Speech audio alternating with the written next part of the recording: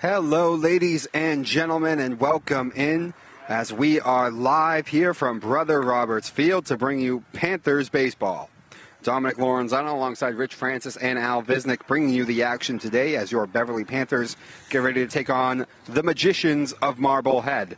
And this is absolutely gorgeous weather, perfect baseball weather. It'll be 77 degrees here at first pitch. Got a light breeze to our back going straight out to the outfield. So this is the most gorgeous day that we have had yet. Yeah, this is baseball weather. We usually don't get that, and this is our last home game here, so we finally got some good weather. Irony of it all, our last home game. Yeah. Well, you know, this is how it goes. It's, you know, we're mid-May now, so you're going to have a few more days like this than you would at the start of the year, and a gorgeous, gorgeous day. Helps with everything. Helps throwing, you know, the body feels looser, the arm feels looser. It definitely helps hitting. It doesn't kill your hands as much as if you get jammed. But anyway, today Micah McManus on the mound for the Panthers going up against this Marblehead team. And Al, do you want to tell us more about Marblehead? Yeah, Marblehead comes into today's match with a 10-5 record. Ranked number 27 in the Division III power rankings. Their last ball game was Monday, a 9-2 win against Bishop Fenwick. So they have qualified already by virtue of the 500 rule, and they're looking to see if they can move things up a little bit to potentially get a first-round bye in a home game. Indeed. And as Riley Schmidt, the third baseman, gets ready to stand in, and Micah is about ready to wind and fire here on our first pitch. And that one is missed, I guess, a little bit low, so falling behind Riley there. Rich, you want to tell the viewers, I'm sure by now a lot of them know, but tell us what to expect from Micah today and what is he going to have to do to be successful? Well, Micah falls into that crafty category. He's not going to overpower you. He's got a decent fastball, but it's not one of those, he's not going to blow it past guys. So what he does, he sets up the fastball with the breaking ball and vice versa. And he's pretty good around the plate. Okay, he got the strike there. He doesn't walk many, and he fields his position pretty well, too. Mm-hmm. So, and, you know, lefties, for a lot of people, are always trouble anyway. Mm-hmm. He fired that fastball in for a strike, 2-1, missing upstairs, and right now he's fallen behind the leadoff man, Schmidt. The lineup that he will face on, as you said, a 10-5 Marblehead team, so a pretty good team. Riley Schmidt, the third baseman, Stephen Shepard, the DH, Chris Canuccio, who's doing the starting pitching and batting third. That one missing outside in ball 4. In the cleanup spot, Charlie Sachs, the right fielder, Bodie Bartram, the second baseman, Brooks Keefe, J.J. Downey, Jake Skoglund, the first baseman, and rounding out the lineup, Grayson Leventhal, the shortstop. And we know Coach Giardi, Mike Giardi over in Marblehead, he likes to run, he plays aggressive. So we'll probably see some action going on at some point. Yeah, both coaches real familiar with each other. He throws it away. So on the pickoff there, the ball getting away. Riley Schmidt's going to go all the way to third, it looks like. Oh, okay, so... No, are they going to send him back? We're hearing someone say the ball's dead. But even if the ball's dead, usually you get 2 bases. No throw from the infield like that. Right. I think it's only 1. Oh, okay. Well, in the MLB, it's 1. I think it's 2. Oh, really? I always thought it was 2 from the outfield, 1 from the infield. So, right. Yeah. No, I think if it goes into the stands, the guys ends up at third. Well, I forget the last time it's happened. But whatever it is, he's on third. Yeah. See, look. So it might have been in play. Or he got 2 bases. Yeah, we heard someone say he was how to play, but I don't think it was. Yep. Anyway, that fastball tails away there, and that's another key with Micah. His fastball does move quite a bit. Yeah, he does, despite not being a power pitch, it does record quite a few strikeouts. Yeah, and he takes advantage of those corners quite a bit, too.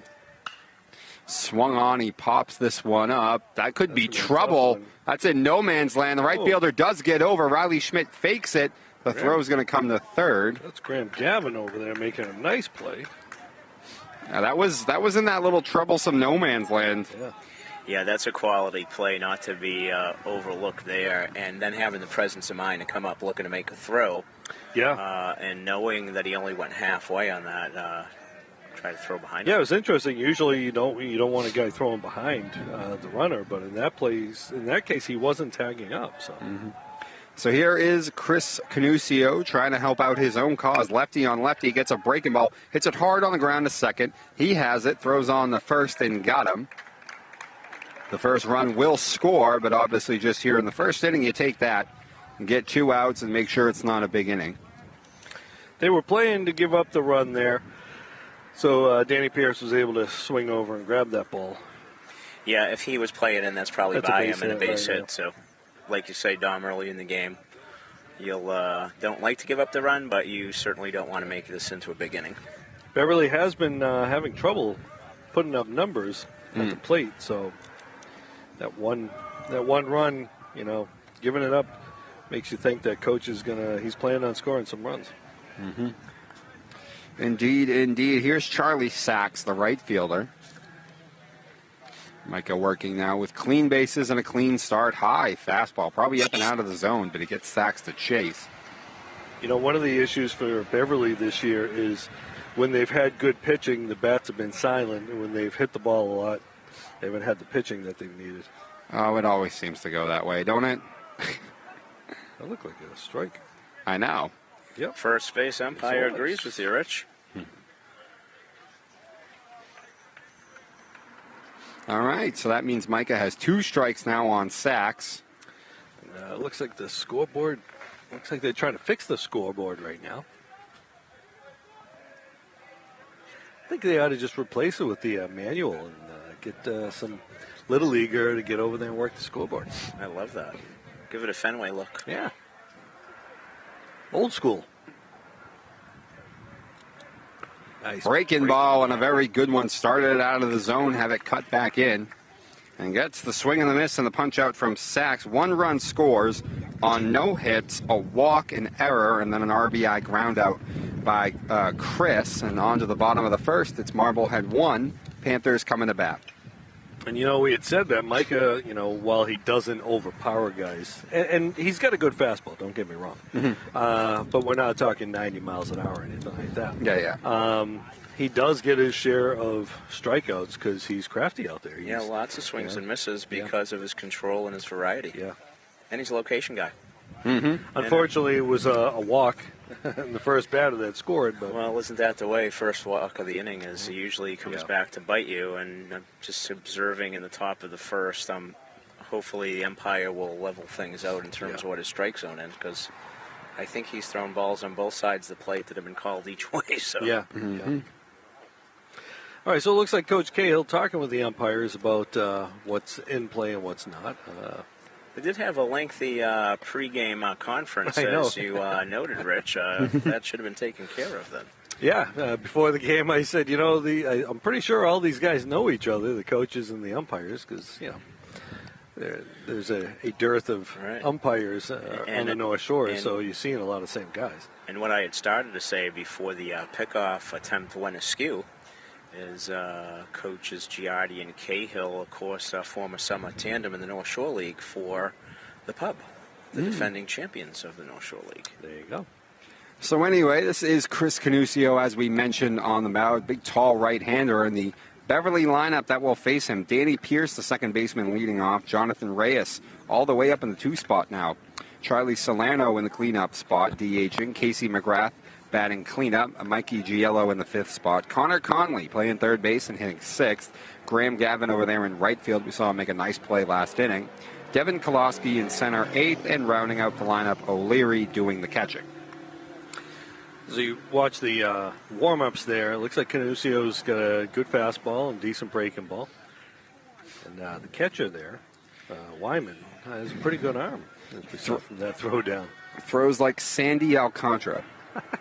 That's my comment. What do you think, Al? Does he? I didn't say his stuff was like Sandy, but I was just marveling that Dom made the move from identifying pitching moves to catcher's throwdowns.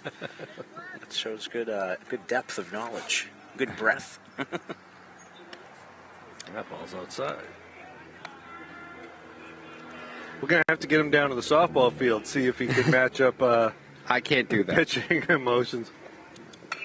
Danny swung on, beats that one on the ground over to short.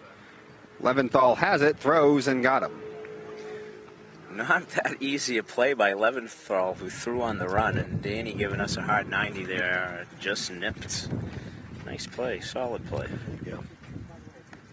You know, I just mentioned the softball game. Al and I did the game yesterday for BevCam, and we were lucky enough to see a no-hitter from a freshman, Lydia Miedema. Yeah, great story in today's paper. Swung on, ground ball. There it is for Leventhal again. Another shot for Grayson. Throws. Nice stretch over there at first, and they got him. Caduccio really doing a Sandy Alcantara impression here. 2 quick outs, both ground balls.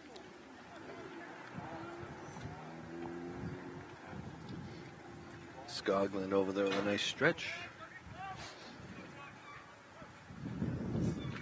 Speaking of the girls softball, fellas, power rankings were reissued, and the ladies have moved up to number 11 in Division I. Wow. Nice. Congratulations to the Panthers softball team.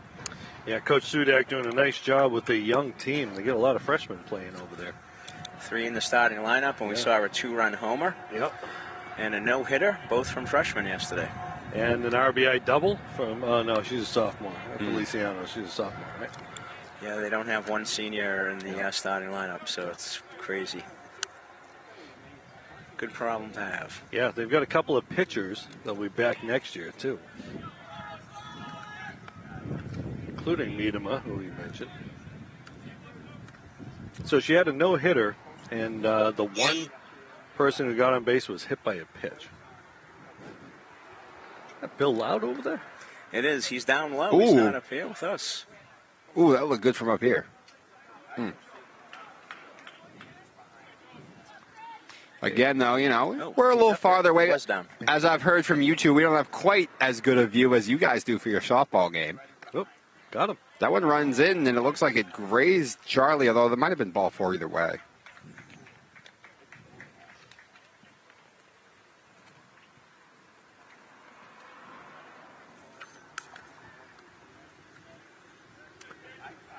We got Casey McGrath getting up here. And, you know, we mentioned Coach Giardi likes to be aggressive on the bases, as does Coach Cahill. You wonder if it's got to do with their rec league situation.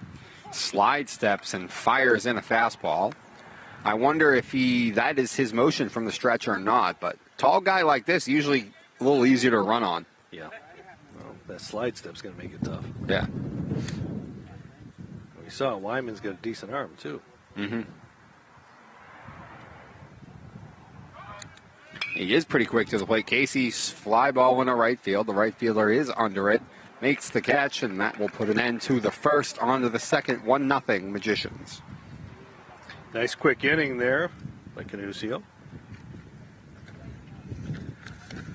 These two teams met earlier in the season, fellas. April 17th, to be exact, and it was a 1-run game that day, too. Marblehead prevailing 5-4. So far, it doesn't look like we're going to see anything other than a close game, but you never know. Runs have been at a premium, unfortunately, for the Panthers this year, so Micah will keep them as close as he can, and we'll see if we can string something together. Indeed. Chris looked pretty good there to start that inning, though. Nice quick inning, low stress. Let's see what Micah can do in response here in this second. Both teams pitchers not allowing a hit in that first inning, though obviously the run scoring for Marblehead due to the error on the pickoff. And Canucio had helped himself with that RBI fielder's choice. Indeed. Not fielder's choice, just ground up. Maybe you should have asked for Micah to help himself. Oh, he didn't get up. Right. You did that yesterday. I did that yesterday. Just to share with just you in time. Yeah. the Marblehead pitcher, Tessa Francis, who also spun a great game. No relation, by the way. Took a no-hitter into the third, and Lydia came up, and Rich requested that she helped herself, and she promptly had the first hit of the game, followed by a 2-run homer, so she had a no-hitter and scored the winning run and broke up the no-hitter. Wow. Yeah. And have a day, jeez. And sometimes all you got to do is ask. Yeah. And Marblehead's pitcher, Tessa Francis, which I just said no relation, she only gave up hits in that one inning, that third inning. She gave up 4 hits, but no other hits the rest of the game. So Beverly had that 4-run rally, and that was pretty much it. Swing and a miss. Nice fastball located on the outer half. This is Bodie Bartram. And by the way, the defensive positioning behind Micah today, doing the catching, as we mentioned, O'Leary over there at first is McGrath. In the infield will be Pierce and Reyes. Over at third is Connor Conley. Ball slashed foul. Let's see if it stays in play for that first baseman, McGrath. Casey, couldn't get there. Just missed getting to it. Could not quite squeeze it. And then the outfield from left to right is Jello, Koloski in center, and Gavin in right field. Bodie Bartram, like the alliterative names. A lot of baseball Hall of Famers with alliterative names. Mickey Mantle, Frankie Frisch, Harry Heilman. Breaking ball did not quite get it back. Good try.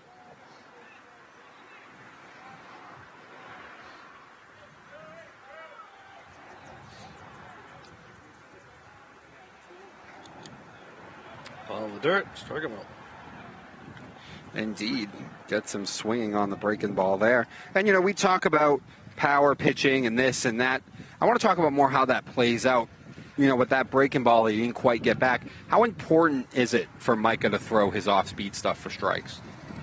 I think more important than Graham, for sure. I mean, Graham, even if he falls behind, he can power through guys on a fastball. But, Micah, he wants you to get to chase that breaking ball, but before he gets you to chase, he needs to be able to establish it as a strike. Yeah, you got to try to prevent guys from teeing off on you, so you got to be able to get those pitches in there for a strike. Mm-hmm. Yeah, same for any pitcher. On a day where he can throw 2 pitches for a strike, 3 pitches for a strike, starts to become untouchable. Well, it looks like we got the scoreboard working, huh? Yeah, it looks like it. Yeah, you don't want to throw the same pitch. Even if, your curveball's looking good, you don't want to throw curveball after curveball after curveball either. No. So you just got to mix it up. You got to move locations around. But to get guys to chase, if it's become easy to know that he can't throw that breaking ball for a strike, you're not going to get as many guys to chase. Yeah. Yeah, if that ball's in there in the dirt all the time, just kind of look for that pitch of a certain elevation. If it's not there, you can let it go.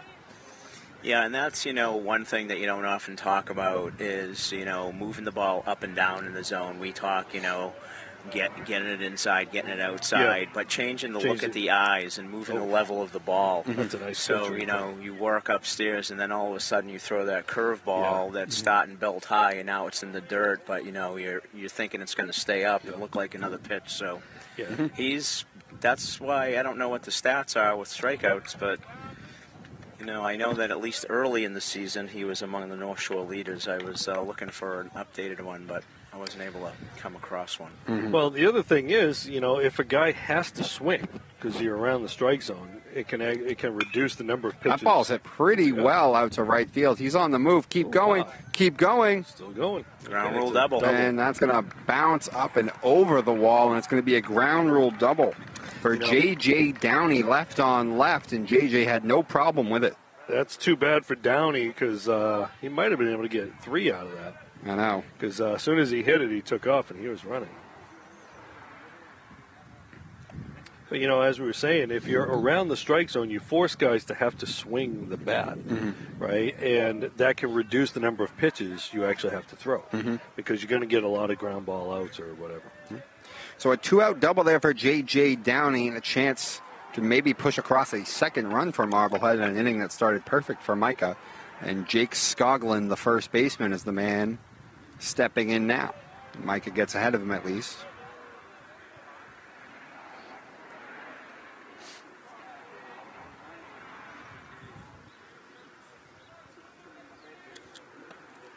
Swinging. Nice. What was that? I couldn't actually tell. Was that a fastball or no? I don't change up? No, probably a change. I think it looked like a change. That's what I thought it was.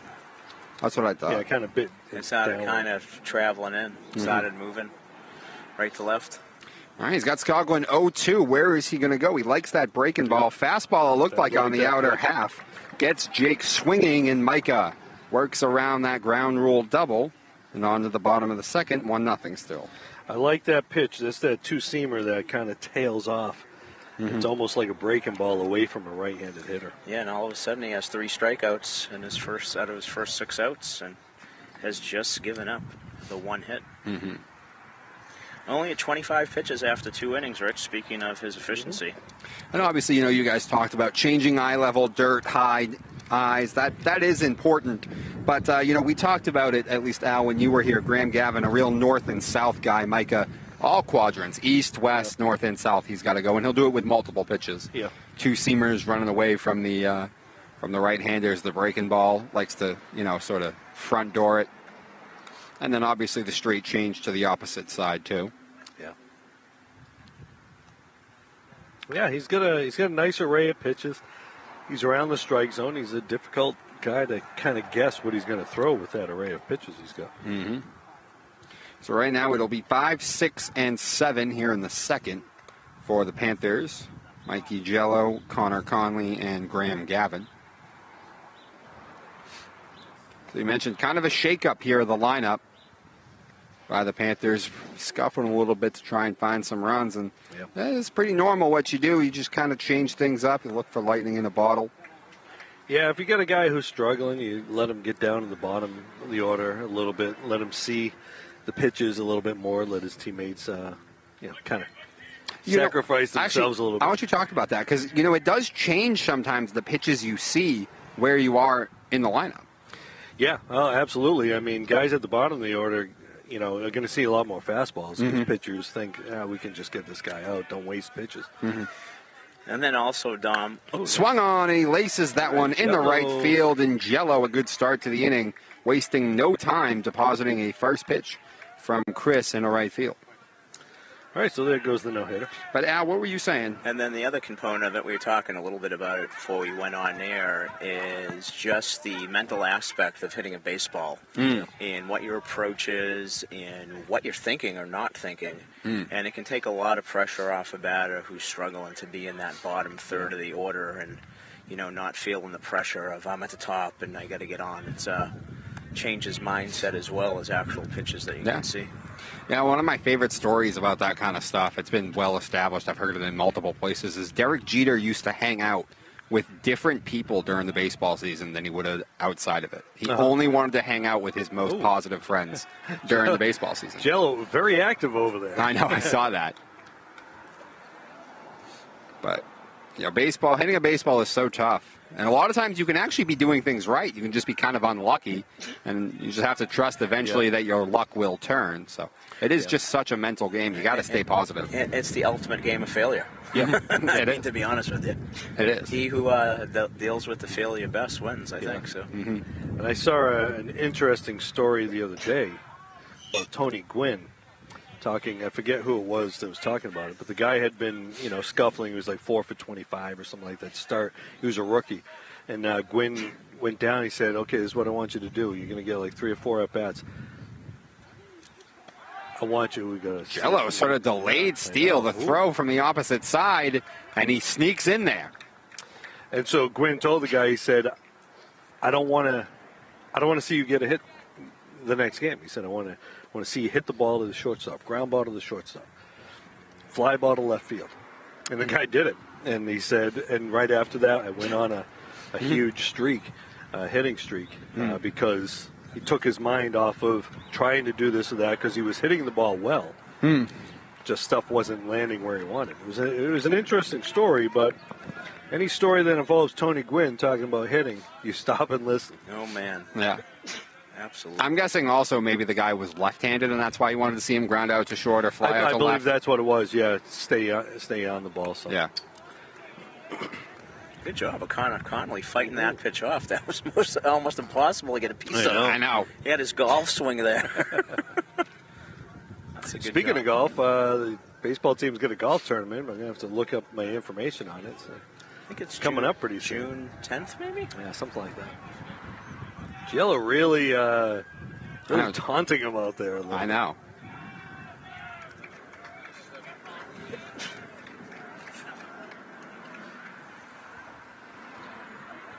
Yeah, fundraising's difficult to do, and some of these teams have figured out golf tournaments are a good way to do it. Swung on, and it looked like he foul tipped it, but into the catcher's mitt, so that'll be a punch out for Chris.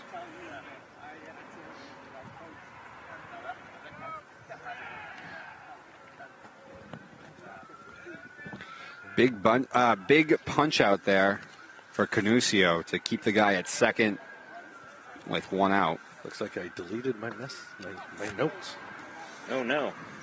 Yeah, we'll find out that information if you really care. So Graham Gavin now standing in, playing right field today as he looks at strike one. Graham made a nice play out in right field in the first inning. That one on the outer half as well. Didn't look like Graham liked that pitch. I don't think he did. A lot of room on that right side with the second baseman having his attention drawn by Mike Giello. And ground ball over that right side would score a run. Yeah, Coach Cahill likes to teach the guys to hit the ball that way. Strike three, but the ball got away, so Gavin's going to have a chance. Throw down to first. Giello moved to third. They're going to get him out. Giello moving to third, though, with 2 outs. But back-to-back strikeouts for Canusio after no punch-outs in the first inning. Got the strikeout pitch working after the leadoff single here. Well, Graham thought that ball was outside, and maybe the catcher did too. I think so, too. Perhaps. Well, maybe, it could be the catcher was trying to pull it in to frame it, and he wasn't able to grab it. But all right. Did look a little off the plate. That'll bring up Koloski now as Koloski. Oh, that was so close. That was a high pitch right there. I know. Devin went up there and chopped it the opposite way and really flirted with that first base line. And he had some room out that way, too. Yeah. The first baseman's playing off the back. Yeah, but just foul. Notice the wind is now blowing from left to right. Mm-hmm. The beginning of the game is blowing straight to center. Devin swung on, fly ball into center field. Center fielder on the move, going back. He will get there and make the catch. And the rally goes by the wayside there after the leadoff single and stolen base. On to the third, still 1-0. Yeah, it looks like both teams have gone through the same number of batters.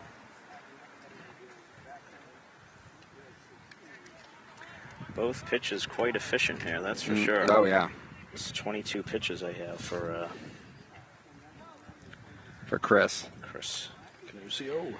So, Rich, you were saying a little bit earlier that you noticed Bill Loud coming up here, and that segues nicely into fundraising for the summer team at the Post 69.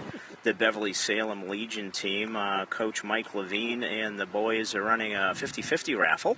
Okay. And we have Bill Loud ties into that, Rich, and Dom is on. They're going to do the drawing on June 29th at the Bill Loud Doc Ryan American Legion baseball tournament that Mike has organized. Okay. Just to tell you guys a little bit about that, the teams that are playing in that. Let me get to my notes here. Beverly, Marblehead, St. Mary's of Maryland, Cumberland, Rhode Island, Concord, New Hampshire, Shrewsbury, Milford, list goes on there, Leominster, Sandwich. So quite a few teams there. So if anybody is interested in supporting the cause, they have a Venmo page at Salem-Beverly-Baseball, or checks can be made out to Salem Beverly Baseball and sent to Mike Levine at 79 Conan Street in Beverly, Massachusetts. Right. I know the Beverly faithful are well-versed with Bill Loud, a longtime baseball guy and involved in American Legion baseball, and was Mike Levine's coach, actually, when he was a player. Really? Doc Ryan was a big Legion supporter from Salem, so they're honoring him as well with this tournament. Yeah, Bill was one of the first people I met when I was introduced to Beverly Little League to come in and be a coach, put my kid in T-ball. Same with me. Ran the T-ball clinic or baseball clinic. I think my first interactions with him was the clinics that he ran to coach the coaches on how to coach the kids. Yes, that is correct. Yep, that you had to do in order to coach, right? Yeah. which is great. I mean, I laugh, but it's fantastic. Yeah. The way that he would try to make sure that the instructions for the kids with, batting stance, grip, how to throw a baseball, how to field, the knocking knuckles, all that. Used to do the thing with the index fingers, how to hold the bat and line up your index fingers. So there's a whole generation of kids holding the bat and putting their fingers up before they step into the box.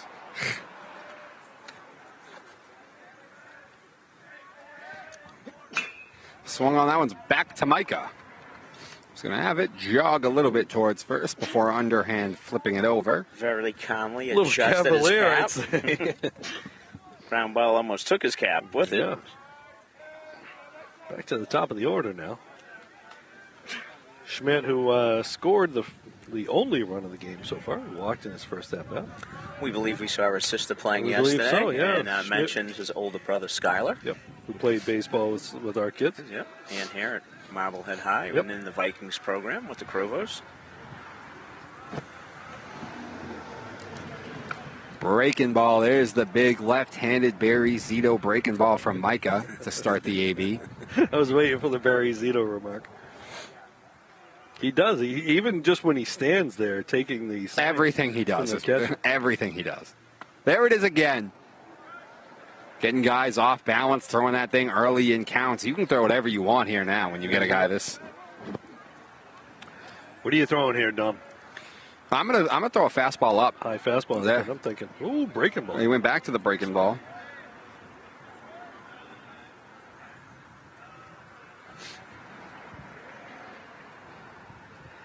It's quite warm today. Oh, I'll yeah. say that. Can't complain, though. No. I just wish I had worn shorts. There's the breaking ball again as he fouls it off by the track. I'd like to see a fastball away here, maybe about 3 or 4 inches off the A plate. two-seamer, a little off. Yeah. The tail of the fastball. Throwing him, 4 breaking balls in a row? Yeah, yes. He was still way in front of that last one, though, too. And put it right by that first lane on the track. There's the fastball that he wanted. He pops it up. O'Leary's got a beat on it. O'Leary's got it. Nice job by O'Leary tracking that, getting his feet under himself. Yeah, it seemed like the wind kicked up as soon as that ball went up in the air, too. I know. Yeah, with the wind now blowing back towards center field again. It keeps changing directions a little bit. It was blowing even straight in for a very short amount of time. Then went back blowing towards right field. And as you mentioned, now blowing straight out again. I will say this, though. The wind is nothing compared to what we've seen previously this season. Oh, no. For sure not. We've had a couple of games. The wind. We had that one squall, Al. Oh, my goodness. Right, if you remember that one. Microburst. Yeah, it was like a microburst. Everything, the umbrella we had for the camera got broken apart. We had to try to cover the electronic equipment. We had to wait out in our car. So we can't complain at all about today, that's for sure. Not to mention no one would listen to us. Swung on. That's a slow roller. That could be trouble. Third baseman has it with a glove. Throws, and he got him. Nice job. Great play by Connor Conley. That's a slow roller there. You don't have much time, and Conley clean scoop, clean throw, and got him.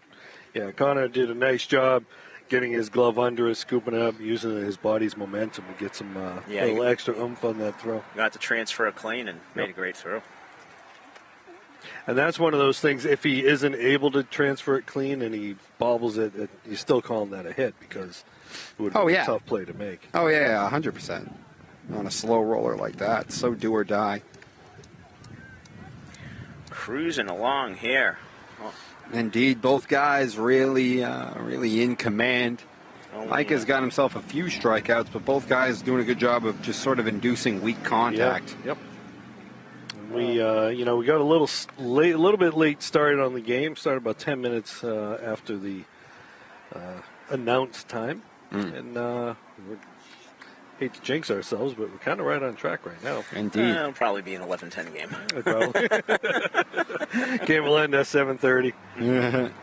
So 9-1-2 also for the Panthers due up in the in this third inning, just like Marblehead's was O'Leary, Pierce, and Reyes. You know, Al, we've been mentioning the past few games, both baseball and softball, about the city's decision to put lights over here on Frank Forty Field. Yeah, I think last week maybe was the vote on that, and I was able to listen in on that, and it seemed to be that addition to lights, so not here at Brother Roberts, but next door only at Frank 40 at the turf field. Right, yep. Yeah. At the triangle to our far left, where it presently is the shot put pit. Yep. That's where some stands will go. Stands, okay. And I did learn that when the high school was renovated, lights were in the original plan, so there is underground conduit already laid. Oh, that's beautiful. And if the lights were ordered that night, or the vote was authorized that night, they believe they're going to have the lights ready for the start of school. Yeah, yep. And the bleachers may be the first month or so into school. So, Wow. be kind of nice. There was some very eloquent speeches made by the student athletes from Beverly High School, or got a fantastic lesson in civics, and came out and really, like I said, quite elegantly stated their cases. And frankly, they raised some points that I really didn't think about with the situation with the lighting. That's right. One of them being the JV is often waiting for the varsity to finish what they're doing, and then them getting shortchanged because it gets dark. Right. And Strike. and how that impacts their development and their enjoyment. And, you know, of course, everybody with user fees these days, you know, Good point. where's the fairness, and some great stuff. Yeah. Swung on and missed. Venucio blows a fastball by him there for his third strikeout. Yeah, and, you know, unfortunately, you know, we won't be seeing lights here at Brother Roberts Field, which, you know, in April would kind of be helpful, as we saw a game early in April that didn't get finished until April 27th or so. Yep, high fly in the right field. Right fielder is over to make the play. But, you know, it also is going to allow several teams to be able to play on a good surface as opposed to look for alternate fields or something like that. From what I'm hearing right now, football is still going to be played at Hurt Stadium. Yeah, the city made it clear that they had no intentions of getting rid of that facility. Okay. Yeah. Which I kind of like. Well, a portion of the city wants it to be at Hurt Stadium, and a portion says, oh, they should move it down here. So, you know, you're never going to satisfy everyone. No. I would imagine the neighborhood, the people in the neighborhood would love to see it move down here. The people who live near Hurt Stadium, that is, anyway. Although a few of them are probably sports fans who like to go over to the games. But I do know that one of the issues that they have playing over at Hurt Stadium is they have to bus the players over there. Whereas if it was right here, the players could use the locker room here and just come on over. So that's kind of an issue. All I know, Dom, is I'm hoping the press box is adequate. Oh, yes. Whatever they have here. But if we have many more 9-pitch innings like that, we're not going to need any press box or sunscreen the way this is going. So No, I know, right? Well, Al, you and I are still going to need the three sunscreen. down. Yeah, because of that press box is why I'll be honest, I'm a Herd Stadium guy. Right, yeah. Well, you know, it's funny that you mentioned the busing. Shipping container? Yeah, the shipping container. It's funny that you mentioned the busing over, because one of the other things that I personally never thought about with all of this is the impact on Adam Costa and the Beverly High School Marching Band. Yes, right. For one, they don't have anywhere to practice that's on the same size field. They have to mark things out inside in the field house. Yep. On days that there are games at Herd Stadium, they need multiple vans to take all of their instruments over. Yep. And there's just a tremendous burden. Yeah. I mean, for those kids to be able to put on the halftime show, and, you know, let's make no mistake about it that, the arts are just equally as important as our athletics. Yeah, it's part of the whole package in public school education. Yeah. And I will say this, one of the traditions I love with the band is the walk over to the stadium, to Herd Stadium. Sure. I think that's so cool. But I'm sure they would be glad if they could just walk from that building that we're looking at right over here to this field. So, yeah, they have artificial lines that they put down on top in the field house, so they can figure out what yard line they turn and march. I was listening to Adam, and I was like, wow, that's one thing I never thought about. Like, holy cow. And one of the things that I've heard, the lights that they're going to use. Swung on and laced. That's down the line. That's going to be 2 bags, I think. Cut off. He's going for second. Here's the throw, and it's going to be a 2-bagger. Chris is in there standing with a leadoff double. Camusio is the guy right now on the mound and at the plate. Yeah, so the lights I hear will not be a problem for the neighbors. What number is that running? Can't tell. I couldn't tell either. 10? Let's see. Get a shout out to that. I'm going to get hands on the Marblehead lineup here. See what I can come up with, guys. Right. So the second extra base hit of the game for Marblehead. Micah was able to make J.J. Downey's count for naught back in the second, but this one a leadoff double by Canusio. So Micah going to have to work extra hard here. I believe that's Nathan Berry, number 10, if that's who's in to run for the Magicians. Swing and a miss on an elevated fastball, and a good start to this very important at-bat for both sides right here as Charlie Sachs, the cleanup man, is the man in. He punched out his first time back in the first.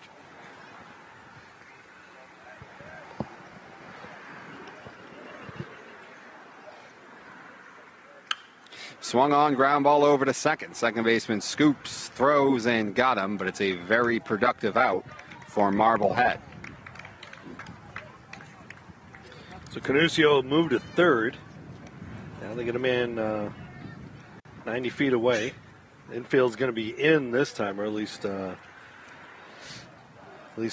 of the infielders. Looks like McGrath is going to be playing back, unless they pull him in some. All right, so Bartram, he also punched out his first time up. There's a breaking ball that does not quite get back to the outer half. And now, wouldn't this be a great time for another strikeout for the Panthers? Oh, indeed. All right, so McGrath has now moved up, so the entire infield is in. Again, as we speculated earlier that we thought it would be a low-scoring affair, how has it started out, and it's certainly being played that way. Mm-hmm. Swung on. He tried to hit it right by that first baseman as he crept in, but it's foul. And now Micah does have him 0-2. And just as you mentioned, Rich, this is a clear strikeout scenario. Oh, it's 1-1. Yeah, right. Forgot. That was the breaking ball that didn't get back to the outer half. Well, and the way he's been calling some of those outside pitches. There's the breaking ball. That's hit pretty well over to short. He looks Canusio back, throws to first. Chris bluffs, doesn't go.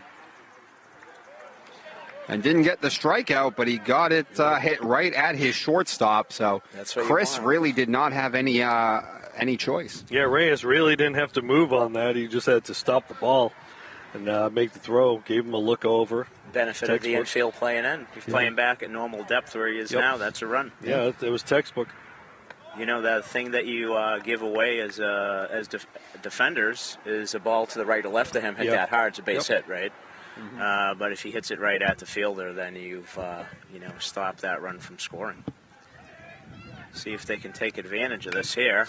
Brooks pops it up. That's dangerous. Second baseman, everyone's coming in. Pierce makes the play as Danny had a long way to go, but you could see both the center fielder and the right fielder had even further and really were not in position. That was up to Danny. Well, Danny had to chase it out there, and he had to battle with the sun. Zero hesitation, though, going after that ball. Mm-hmm. He really had to get on his horse, though, from the very beginning. That's the second nice catch he's had today, going away. He did that off in the Keefe, right? Brooks Keefe in the second inning, Danny had to go a little bit to catch him up. Yep. Mm-hmm. You know, we've talked about this before, and, you know, some people might say we're beating a dead horse, but Danny's a pretty good athlete out there, 3-sport athlete. Had a pretty good season coming in relief as the quarterback for the football team, starting guard on the basketball team. He's doing himself a nice job out here. And speaking of beating the proverbial dead horse, and also a proud member of the Beverly Little League White Sox that I was very happy to coach. Slide that in there one more time. Anytime you can, Al, just got to work that in there. City champs. Unfortunately, Danny entered the squad the following year. Okay, the following year, okay. So anyway, as Canusio climbs the hill here in the fourth, he has cruised. But a great job by Micah McManus on the other end as Chris had started that inning off with that RBI double and put them on the ropes there. And Micah, great job working out of that. Let's see if they can take some of that momentum here and even this ball game up at least. It'll be 3, 4, and 5. Charlie Salerno, Casey McGrath, and the left fielder, Giello. Yeah, and both these pitchers keeping their pitch counts relatively low. Yeah, I have Micah at 46 pitches through 4 innings. I might have missed 1 or 2. Yep. Mm-hmm. Trying to keep tabs on the Spurs and Man City, which is not easy. Who was that, Man City, and who was the other one? Tottenham, the Spurs. Tottenham Hotspur. You know, I just like the name. Ted I like Tottenham Hotspur. Ted Lasso's first team in his first commercial, actually. Oh, okay. Yeah, I know, Dom, you're probably like me. You're not as big the soccer fan as Al is. No, I'll be honest. I know actually zero about soccer. Well, you know, before last fall, I didn't really know much either. But I had the opportunity of working the soccer games with Al, and so I've learned the game quite a bit. You beat me to it, Rich. I've learned some of the parlance and, you know, how to call a game now. Oh, you got it? Safe. What great hustle. Yep. That is a flat-out infield hit. Wow, did he get down the line fast. Yeah. But the lefty hitting a medium-speed ground ball. I think the grass took a lot out of that. Yep. That ball hit a lot of grass. This well-manicured grass. Yeah, because it did look like Leventhal did really play that pretty casual. Yeah. And I could see why, because off the bat I thought Charlie hit it well enough that it was going to get there faster. But this can be a little bit of a slower infield. Charlie's among the leading base stealers, if not the leading base stealer on the Panthers. Yeah. As we talk about just how well Rushton gets this grass growing. So high fly in the right field. He's under it, though. Not able to move him over. And makes the catch. Yeah, big shout out to Todd Rushton and his crew. I went down to get the lineups before the game and told Coach Cahill maybe they should play a virtual game because it looks so nice. It would be a shame to step on it. I have to say, we know Todd. Unfortunately, we don't know the other guys who do it, so we can't give anybody else credit. But you know, so Todd's like the head of it all. But we know his other guys are out there. So Todd, if you're watching, make sure you give the guys the nod from us. All right, so here is Mike standing in. He singled and stole a base back in the second. Obviously, Panthers unable to get him in, though, as the score still obviously 1-0 here. But kind of expect Salerno to try to swipe second here. Yeah. You would think at some point. Yeah, they're going to – Canusio will probably slide step here to try to – or throw over and try to keep him at bay. Right now, though, he's getting back pretty easily. He doesn't have an overly aggressive lead. Yeah, he definitely has another step or so. That's a little bit bigger lead there. Nope, not yet. That's a pitcher's pitch right there.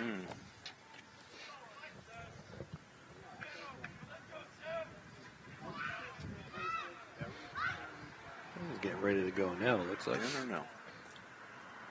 Nope. Whoa.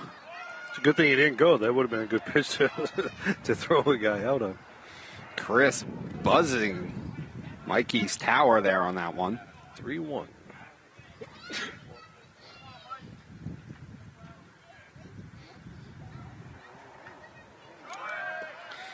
Good pitch to go on. I know. Okay. Wow. I thought it was a ball. No? That was a strike? Oh, it was a ball. No, it was a ball. That's Thank you. ball. All right. It looked like Giello didn't realize it. Oh, Maybe that's... nope.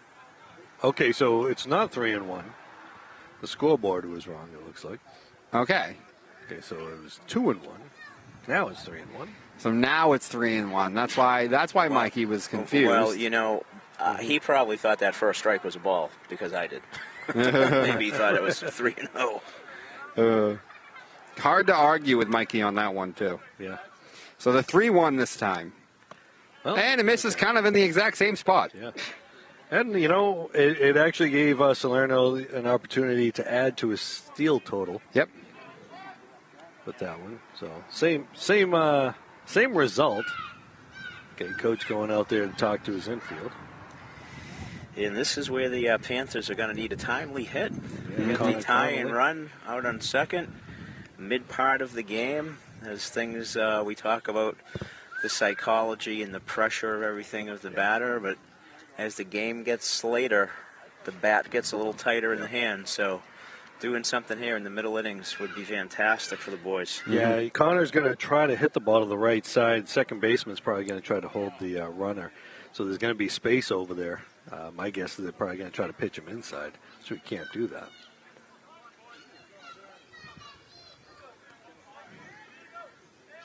So Micah worked out of a jam last inning, and it's Canuccio's turn to try and do the same, though for us up here in the Beverly faithful, we were hoping he's unsuccessful. But Now the corners are playing back.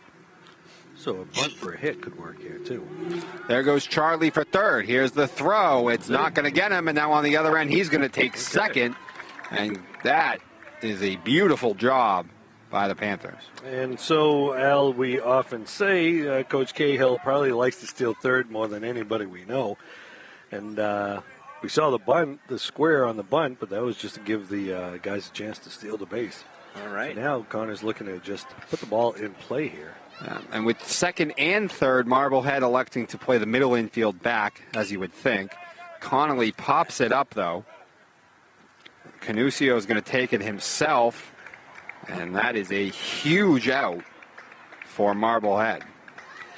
Probably one of the only things you didn't want That's to the see one, other than a right, yeah. strikeout right in that position. Mm-hmm. Connor's going to wish he had that pitch back. And now Graham Gavin stepping in.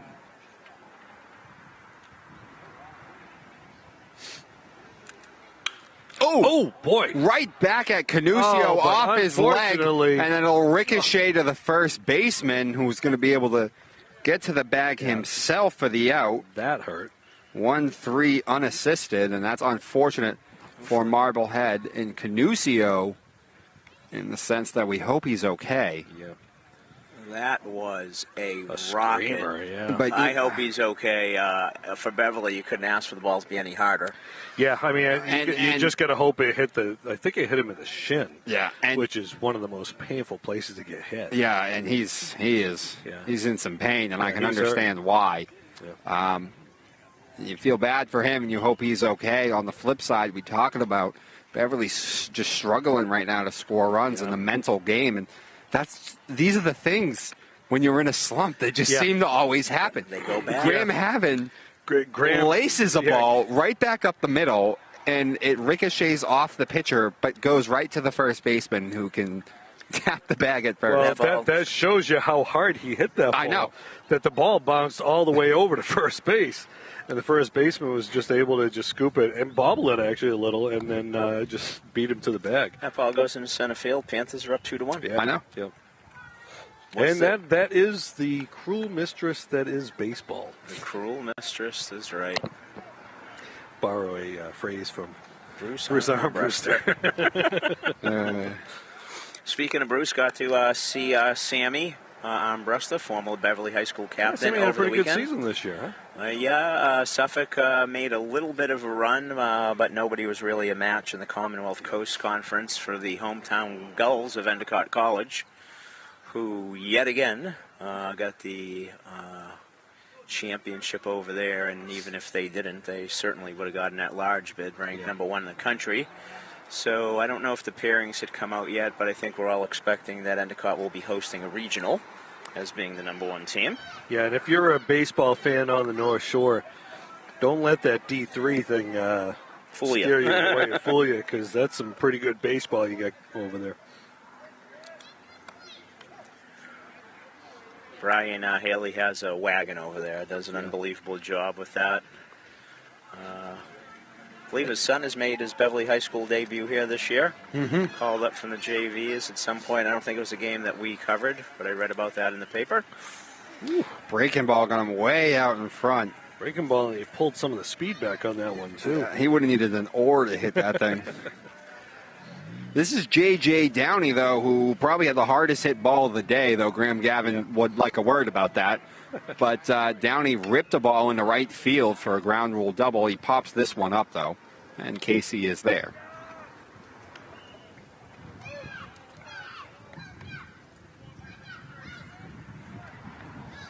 One of my ex-men's adult teammates, also on the Gull coaching staff, Steve Busby, former head coach at Austin Prep and winner of a state championship, to his credit, is over there, first base coach for the Gulls. Buzz still knocking it around out there. Good ball player, good hitter. Yeah, it's fun to watch. Yeah, they've done a nice job over there with all their sports, really. Basketball team's a fun watch. The hockey team has been pretty successful. The men's soccer team has, in friendlies, been unable, though, to get on the best side of UMass Boston, much to my delight. More soccer talk, Tom. Swung on and missed. I don't know what that was. Well, that's a straight change, maybe? Yeah, I believe you're right. I think he's... It looked like it broke down, didn't it? He's recorded quite a few of his strikeouts on all different of his pitches. It's at least the second one I've seen him record on the changeup today. Yeah. He's still only... He's got 4. Did I get right? Is he only given up to 1 hit? No, 2 hits. Two hits, yep. 2 doubles. The ground will double the right and the... The one down the left field line. That the lefty Casuccio. Canuccio hit the other way. So here is Leventhal. Swung on and hits that one out over the first and foul ball, apparently. Grayson grounded out to Micah. I think maybe that was the one that maybe almost spun his cap. Yes. They had time to readjust. Yeah, that hard chopper. Just in case any pictures were taken, he wanted his cap on straight for when he made the throw. Want to give a shout out to Micah's grandparents, who are big Beverly High School and BevCam fans. Grandson is pitching a fine ball game. Hopefully we're going to get him some runs here. You know, speaking of BevCam, they're just about ready to open the new campus down. Down on Cabot Street. Indeed. I see it quite a bit when I walk by downtown near where I live. They sent a email out too with a little sneak peek of it. Yeah. Dom, will you be doing your podcast down there now? I will definitely be doing my show from down there. A little easier for you to get there? Much easier. It is a stone throw away from where I live. All right. So Al and I will be walking by, looking in the window, watching it. You should. Kind of like the although usually the you're morning working shows. That's true. Usually you're working when I do it, but although not in the summertime, you won't be, Rich. All right. You should come on sometime. All right. Well, we'll have to figure that out. Nice play by Johnny Reyes, picking up that bounding ground ball, making a nice accurate throw. I'll play the role of a guy who talks a lot about sports without knowing much about it. Oh, you know plenty. You know plenty, Rich. You probably. I'll throw a couple of obscure references. I'll mention Eddie Urak at some point. With a J. Yes. Al, what's the one thing that everybody knows about Eddie Urak? One thing everybody remembers about him. You said it the other day in a broadcast, and I already forgot. Did I? There was a rodent out on the field, and he scooped it up with his glove and brought it back to the dugout so they could remove it. Oh. No. That's the one You thing had some- I remember about Ed You, Urak. you Anyway. had an Ed Urak reference a week or two ago. Did I? You did indeed. Really don't remember much else about Ed Talking Urak, about to the tell you Red truth. Sox. I believe he wore number 16, maybe? I'm not sure. Oh, Rick Miller wore 16. Right, but I don't think they were playing at the same time. I think you're probably right. Urak was a couple of years after Rick Miller had Right. left. Rick Miller, one of the great pinch hitters of our generation.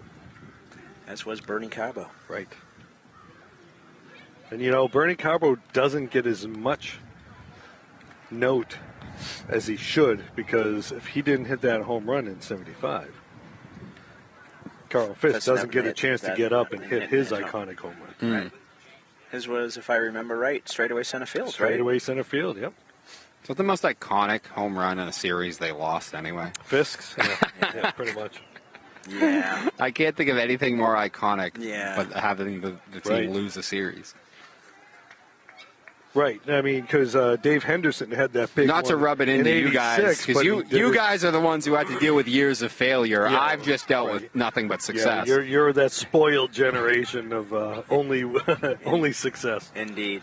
The most painful thing I did have to deal with was Tim Wakefield 2003, Yep. Yep. the Aaron Boone off the pole. Yeah, but so- then they won so- the next year. So Right, but the Wakefield thing gave your generation the opportunity to feel what Al and I grew up on. The one thing you didn't have to do, Dom, is eat Yaz bread. You didn't have to do that. or the Reggie bar. Reggie bar, if I recall, was actually pretty good. I don't think that was bad. It was just a round version of a Baby Ruth. Yaz bread was just regular white bread and a Yaz wrapper with his picture on it. Yeah. There was Yaz Ford. There was Yaz bread. Koloski hits one over to the right side. yeah, second baseman Bartram is up with it and throws him out.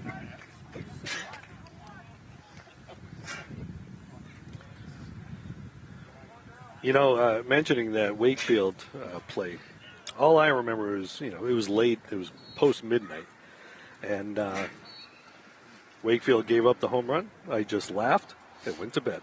Ah, really? Yep, nothing. 'Cause Swung it was on, just- ground ball over to short. Here's Grayson Leventhal again. He's had a lot of action today, and I don't Nice think. pick over there. Oh, by he the did first pick it back baseman. up in Yeah, time. great Wow. play. Nice pick, nice stretch, nice pick over by the first baseman there. Grayson doesn't seem to have the strongest arm that I've seen this year, but his ability to get rid of the ball quickly Yeah. and accurately is. I'm not sure what year he is, and I can maybe look that up, but I figure he gets a little bit stronger. Has great tools over there. Yeah. And obviously, by the way, Chris Canusio back on the mound after taking that shot off his shin. Yep. So good to see that he is okay. Not great to see that he's right back in the groove, though. I'm sure Beverly Panther trainer Brittany Hoyt was conflicted about whether to bring him an ice pack or not, but now, and of course she's not. Kids are always first. I jest. Yeah, trainers don't. They're not trainers for a team. They're trainers for the teams that are out there. That's true. Except back when you were in the BU days, Al. No, never like that. That was one of the first things that our mentor taught us. Oh. Now we get Pierce bending out of the way, limbo style. You are working. You are not here as a fan. Right. Yep. Much like us. Well, no, we're fans. Yeah, I was going to say, I don't know if I quite agree with you there. But And he walks him. Ooh. ball 4 there, and he walked to Danny Pierce. And, 2-out walks sometimes. Yeah. They have a way of biting you. Let's see if I can ring true here. Again, we'll probably see some action on the base path here. I would think so.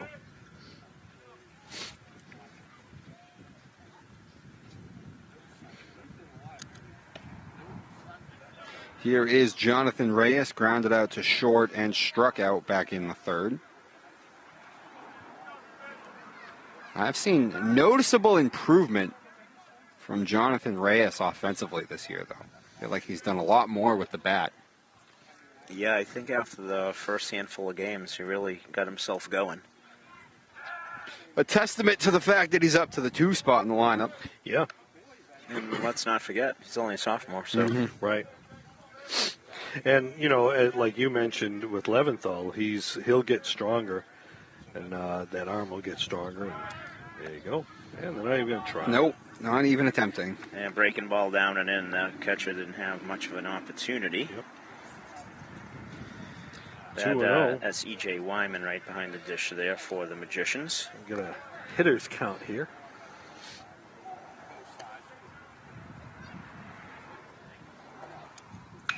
Jonathan laces that one and That's going to be foul. Got a good piece of it, though. Left field didn't think it was foul. I know. I had a hard time picking it up. As soon as I turn over there, my eyes go right into the sun. Yeah, it's very difficult. And you know, that outfield line's a little obscured by the fence there for us. So it's a little hard to read. Just got to watch the action, what everybody else is doing.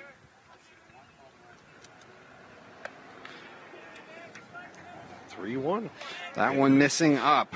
Hitters count again.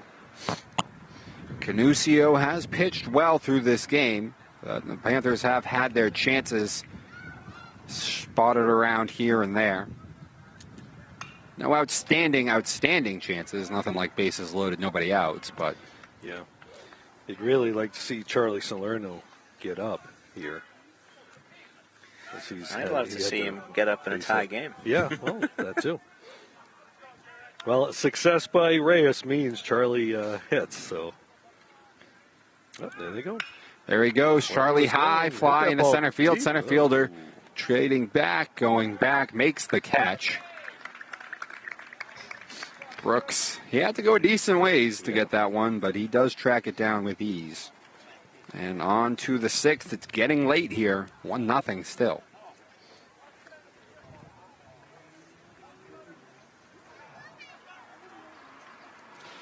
Any of you guys gone to Fenway yet this year? Nope. Not yet? Okay. I have not yet. I have not yet either. Now, that would be the time. Well, I was actually just texting some people. I was like, I think in 2 weeks, Sunday, day game against Milwaukee. Yeah. I think that's the day for the first one of the season. Based on what I've seen of the crowds at the games, now would be the time to go because it's pretty easy to get tickets. It is.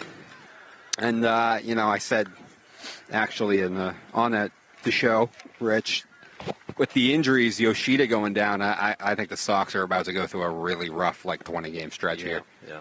They just don't have the depth after losing Cassis, Story, and Yoshida. The bottom of the lineup is just... Yeah. It's not necessarily a major league. It's not. It's not right now. Yeah. But, it's given some of those guys, some of those other guys, a chance to get in there and play a little bit more. Sedani, get to see, is he the guy that we can put over there? I hope he is with the contract they signed. I know. Right, that's true. I mean, listen, I'm not going to really care about his performance this year that much, to be honest with you. He's 22 years old. Right. I expect him to go through it. But with the injuries, I mean... they had to pick up Dominic Smith off the waiver wire. So right now, I mean, your 6, 7, 8, and 9 is Dominic Smith, Grisham, Romney Gonzalez, whoever, they're going through it a little bit right now. Grisham's another one of those guys, though. I mean, he could get back to health. He could for a long time, and he could, but he's trying to get dialed in right now. Still after being out for so long. Yeah, that's so difficult. And then you look over and you see Chris Sale doing a pretty good job over there with the Braves. Yep. And you know what Bob Lobel would have said at his 6 o'clock broadcast, Rich, don't you? Can we get players like that? You got it.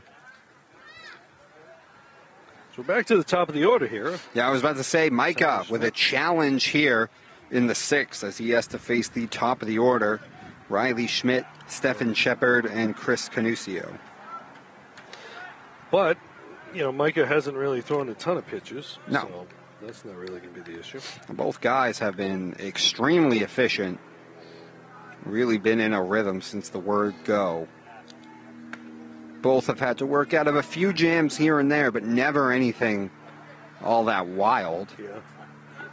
Really haven't seen more than, one or two guys on base. And Very rarely has it ever been more than one in scoring position either. Well, we're going to see one on base right there with the walk. But Micah walks Riley for the second time today. Yeah, that at-bat was similar to the first at-bat. Okay, Coach Malaya going to go have a talk with him. Yeah, the last time Riley Schmidt walked to open the inning, that's the only run of the game. Mm-hmm. He ended up scoring. Micah was obviously a little frustrated with himself, too. For that. Yeah. Now, if you got nothing to do this weekend, I think this Saturday, I don't know the hours, but they have what's called Warrior Weekend. It's actually, last year was out in left field. It was something to celebrate the military. I had a chance to come down and talk to some of the recruiters and some other stuff, and they had some of the helicopters and other types of vehicles over beyond the left field fence there. Rich, I'm glad you brought that up because when we saw the ground rule double earlier, it made me think of the game we played here the day before Weekend Warrior, where they had taken the fence down. Right, that's right. And they put up like a temporary guardrail kind of thing, like you might see at a sporting event. Right, yeah. And somebody hit a ball that landed inside of that, hit the helicopter. I remember it was a ground rule double. It was the huge kid on Salem, I think. No, it was Danvers. Yeah. Aris. Zaris. I remember it was Aris. Zaris or Zenoff or something like that Zaris. on the name. Zaris Aris. By the way, the left fielder kind of had to. By the way, the left fielder, he had to go a long way for that ball right there, Jello. Yeah, Mikey Jello making a nice play as we were talking about last year. That was the DH Stefan Shepard for the first out. So Coach Malay's trip to the mound, productive. Yes, it was Aris Zaris was the player. Aris Zaris. And he hit an absolute bomb that if the regular fence had been there would have been a very easy to tell home run. I think I started calling my home run call and then realized we didn't have a fence anymore. Thrown over. Because he absolutely destroyed that ball. Yeah. And there was some kind of, there was a Black Hawk or something like that out there. Yeah. There was a Black Hawk helicopter out there. They had brought in a couple of days early, right? Yep. Swung on as Chris fouls that thing back. Chris has had some of the best ABs of the day. Yep. He doubled, but Micah was able to strand that leadoff double in the fourth, and then he is the man responsible for the lone run scored in the game. Yep. Not that he came across the score, but he got the run in with a ground out to second. And on the left field line, that's a slice and foul. Yeah, it is. I'll tell you right now, anytime a ball's hit down that left field line right now, from my angle right now, I'm not going to be able to pick it up. I know, yeah. The minute I turn my head at all. I don't know if you guys have a little bit of a better chance, but it is directly in my eye the minute I even... Yeah, I can see it coming off the bat, and then I'm watching the fielder's reaction. Exactly.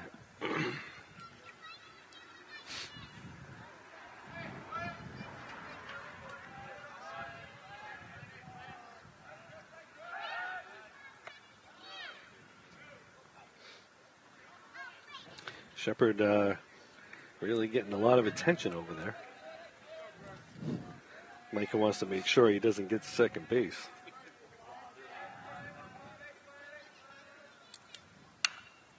Breaking ball, and he rips that one past the dive of McGrath and in the right field. He's trying for third. That's a pretty strong throw. Good throw, but it allows the runner to move to second on that. Yeah. Coaches will tell you, hit the cutoff. Yeah, just got over the top of John Reyes, who was trying desperately to cut it off. So we got second and third. One out. We're going to see the courtesy runner for Canusio here. In all likelihood, that runner on a first and third situation was probably going to steal second anyhow. Mm-hmm. Yeah. So here is Charlie Sachs, struck out in the first, grounded out to second in the fourth, and Micah missing on the outer half. Yakety Sachs. Second and third, one out. This is the most significant threat, really, of the game for Marblehead. They did have the leadoff double, as we mentioned, in the fourth, but no one else really got on base. Every run's going to be huge here that Marblehead can get across. Oh, yeah. So, Al, I'm going to ask you, I just said yakety sax. It's a song, but what song do I associate it with anyway? And something we're trying to know. And if you don't know the song, as soon as I tell you, you will. Okay, I don't know the song. The Benny Hill Show. Oh. Well, actually, you made my brain do a different association when you said that, because you were talking about baseball players with alliteration. Was it Hall of Fame only, or just baseball players? Steve Sax. Steve Sax, yeah, Steve Sax. Yep. Swung on and missed. Steve Sax, who had a pretty good career, but a lot of people remember him as one of the first players to have the yips. Yeah. Before Chuck Knobloch had him? Before Knobloch, yeah. Second baseman who couldn't throw the ball to first base. Yeah, eventually had to move to the outfield. Yeah. And then you had the catcher. Oop. Fly ball. Yeah, swung on high, fly. The right fielder is there. Throwing. Graham, he had to go over a little bit, though. The throw is going to be cut off. The run's going to score. And it's 2-0 Marblehead, but the second out of the inning at least. And it's an appropriate name for the guy who hit that, as he gets the Sax fly ball. Oh, boy. Don't worry, folks. It's our last broadcast of the year. Yep. Riley Schmidt scoring for the second time today. Mackie Sasser, the catcher who couldn't throw back to the pitcher. See, the only guy I remember ever getting the yips was Rick Ankiel. Okay, yep. Wait, but he was a pitcher. He was a pitcher. And then he went to the outfield, yeah, right? He just couldn't throw a strike anymore.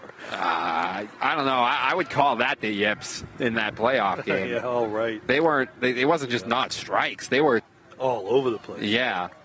And then John Lester had trouble throwing the ball to first base. Yes, but he never got over that. He never made a move, right? He never got over that. He just stopped throwing pickoffs. Right. Nope. Yep, that breaks off his mitt. Runner will move to third on the pass ball.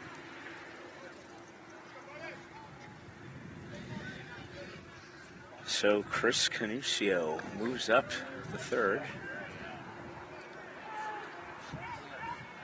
And we'll see if Bodie can make the red and black a little happier here. Hopefully not.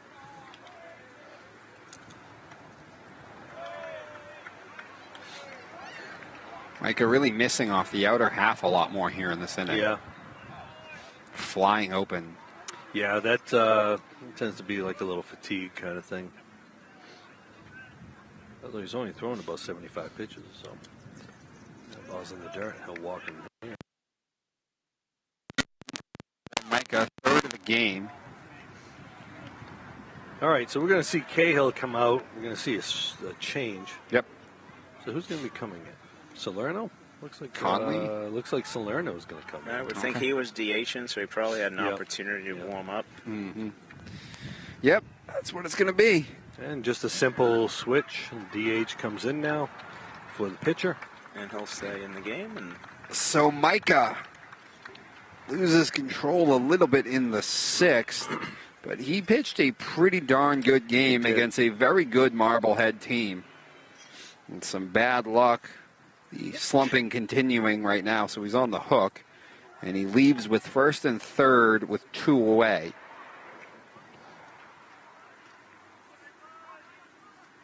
We'll close the book on him in a few. In the meantime, it looks like that is Charlie Salerno coming on in the situation where, can't afford anything else crossing the plate this late in the game. Yeah. He will deal with Brooks Keefe, the number 6 hitter and center fielder, who's popped out twice. To second base. Yeah, popped out twice to Danny Pierce. Now Salerno comes in with a little bit harder fastball. Yep. A little bit straighter with the fastball, too. That interesting motion, Juan Cruz style. I told you I'd get one eventually on him.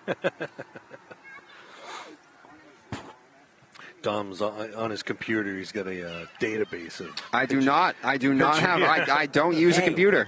That would be a great AI tool. I do not have a computer.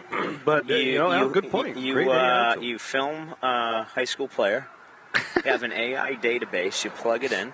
Yep. And the AI runs through every pitcher who's ever been televised. So, yeah, for you software engineers out there, I had just had an idea. This one is not that obscure. Juan Cruz had a very successful career. Rich, I had 63 pitches. Did you have a few more than that?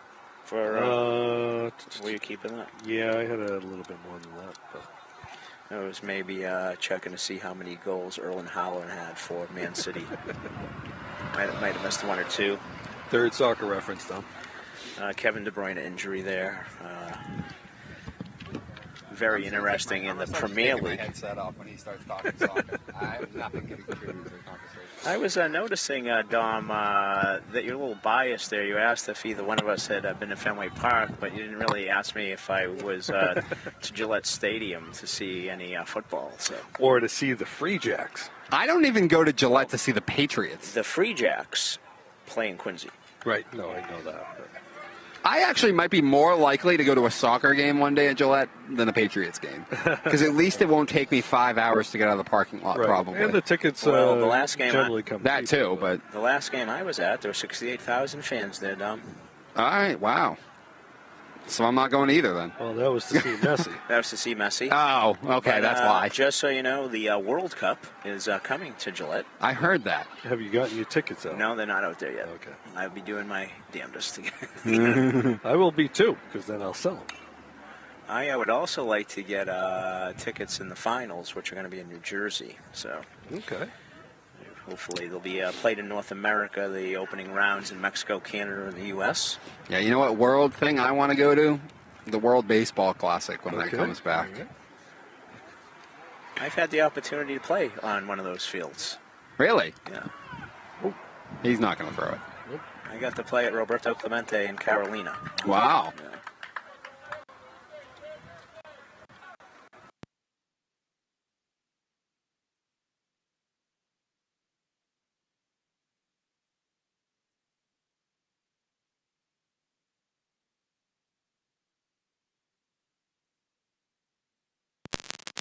On back to the middle and into center field. 1 run will score. He's on his horse. He's going to score. 2 runs come in on the 2-run single by Brooks Keefe as Marblehead breaks this one open a little bit now here in the 6th. Keefe right back up the middle. And both pitchers pitching so well today. You know, but situations were there for a couple of times for both teams. It was going to just take one key hit to eventually sort of break things open, and it was Marblehead's Brooks Keefe that does that here in the 6th with a 2-run single off Salerno. Keefe picking up the 2 RBI on that. Both of those runs will be charged to our starter today, Micah McManus. A really good outing, unfortunately. Goes awry. Yeah, he pitched well enough to give his team a chance. They just haven't been able to scuffle together some runs. Yeah, for sure. I feel like the story of the day so far for the Panthers on the negative side has been some unproductive outs and some bad luck. Yeah. I mean, Graham Gavin had that yeah. screamer that almost took the pitcher's leg off. On the throw is not going to be there in time. And that is a stolen base for Brooks.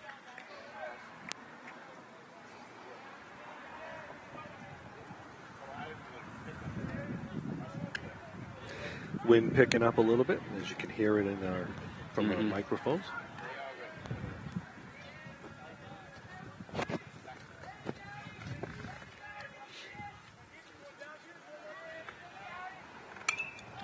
Swung on and fouled off. That's, I believe, out of play. It's coming back towards us.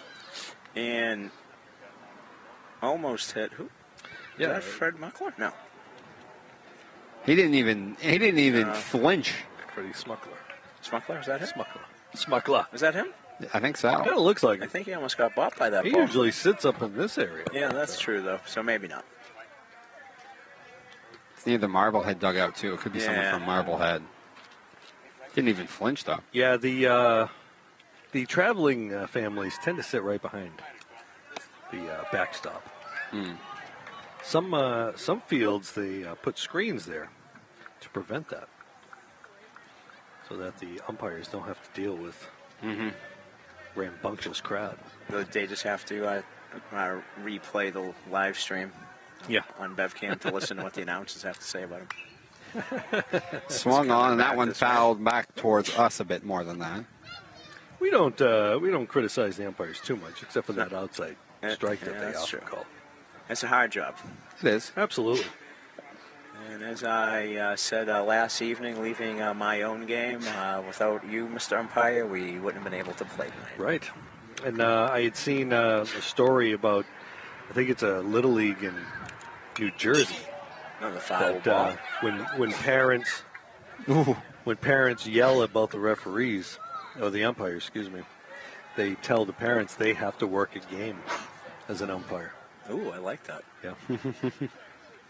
I actually think it's a requirement for any parent who's got a kid playing that they have to umpire at least one game. It's interesting. I like that.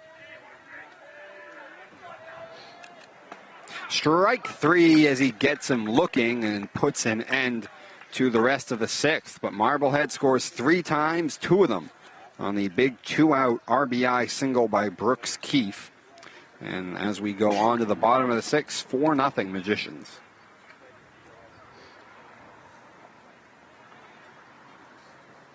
The game had been moving quite a bit. Slowed down a little, but much longer, fairly well. Much longer, more laborious inning than anything we had seen previously there in that 6th inning. Now on the flip side, though, Chris Canusio has been sitting far longer than he has been at any other point today. Yeah. What do you get Canusio at for pitches? Oh, I got to do a little bit of math here. Rich, just give me a second here. I'm at 59. Okay, so I was at 55, so I'm not that bad with him. Just reviewing the line today for the Beverly starter, Micah McManus. Micah went 5 2/3 innings with 4 strikeouts, 3 walks, gave up 3 hits and 3 runs, all of them earned.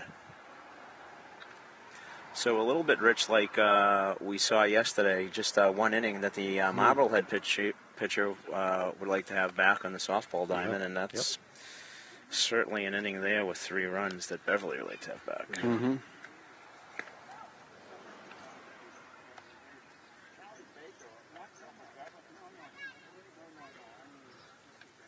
So as we said, this is our last home game that we'll be calling, our last baseball game we'll be calling. And the Panthers, with their record, will not be able to qualify by going 500. And they'd have to do some interesting stuff to be able to move up in the power rankings. That might be, I don't know, they have 4 games left after today, so I think mathematically with the strength of schedule, it's done. Impossible. Yeah, that funky algorithm won't work in their favor, that's for sure. The math won't work. Yeah. The math ain't mathin'. And it's a rarity in these parts for a postseason baseball tournament without the black and orange. Yeah. So, a tough campaign. But I know the boys out there working hard every day in practice, and nobody wanted things to go better than they did. No. So that hit him? I think that was... I think it was just 4 balls. Ball 4, and the ball rolled into the screen. Okay, So, though, as we mentioned, that is the longest easily Canusio had to sit at all. And he begins the inning now with a walk of Salerno. Just something to watch. Casey McGrath standing in. He's flied out twice. Well, we're not seeing anyone. Maybe we are seeing someone getting ready to go warm up.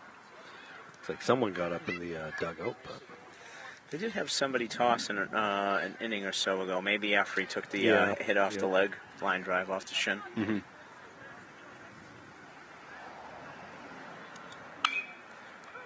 Ground ball over the third. He has it. Throws to second for one. To first. Did they turn that? Yeah, they did. Wow, that is a really beautiful nice turn by the Magicians right there. 5, 4, 3. Bodie Bartman, what an outstanding turn. Wow. Nice play, nice pivot there. Nice fielding by the third baseman. The nice pivot at second base. Good strong throw. Yeah, that was stretch over at first. That was well done all the way around. Yeah. Schmidt to Bartman to Scott. That's going to be That's a slow roller. Riley cuts off the shortstop, throws, and Riley Schmidt had himself quite the inning right there. I was going to say it wasn't quite Tinkers to Everest a chance, but it was one more pitch. Looked pretty good, though. So he walks the first batter on 4 pitches, throws a ball to the next batter, gets a double play on the second pitch, and then throws 1 pitch, and he ends up with 7-pitch inning. That's not bad. Not bad at all. Like you said earlier, He throws like Sandy, and he's having an outie like Sandy Alcantara. I'll tell you that much.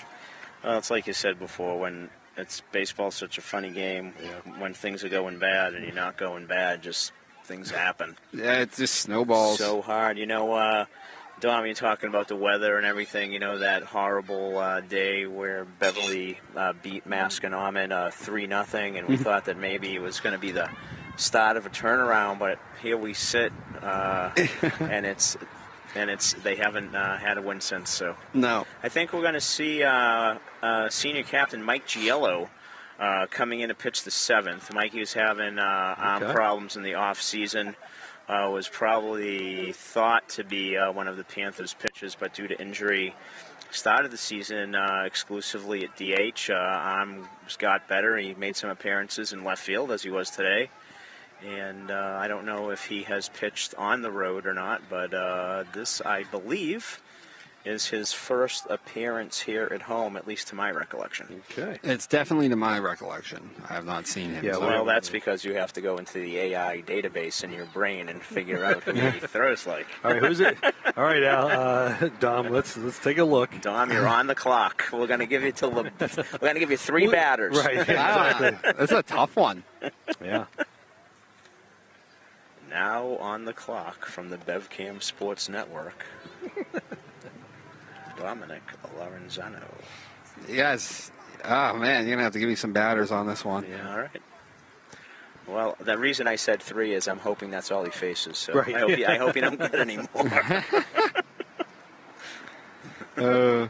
He does. He falls off quite a bit. That one he did. Whoa, jeez. I know. Was that the throw down? That was the throw down the second. Almost took Giello out. We almost didn't see Giello. All right, so 8-9 top of the order. Yeah, Jake Skoglund, Grayson Leventhal, and Riley Schmidt. I got some assistance over here from our cameraman here who said maybe Cole Hamels. Though he's a little herky-jerkier than Cole. Actually, Al, you got a number 22 in that lineup? I can find the leg kick and release is very close, though. I see Do it. we get a pinch hitter? Yeah, it looks like number 22 coming in there. Okay, for batting for the first baseman, Skoglund. Yes. Hang on 1 second. I'll pull that up. Swung on high fly in the right field. Graham Gavin is there and makes the catch.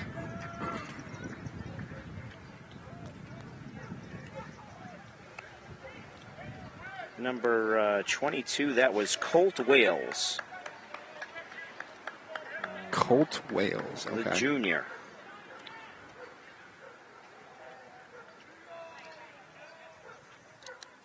How many pitches did he throw that I back? had 2, I think. Okay.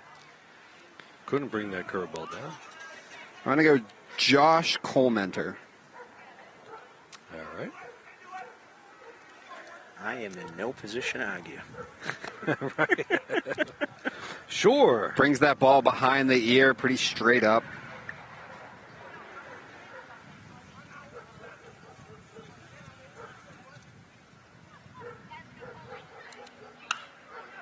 Swung on, fly ball, center fielder coming in, and did he get it? Drop for a hit. Drop. Yeah, I was saying, I thought he dropped it. Was that a pinch hitter too, Rich, or was that? You know, I'm going to have to take a look. We may not be able to see.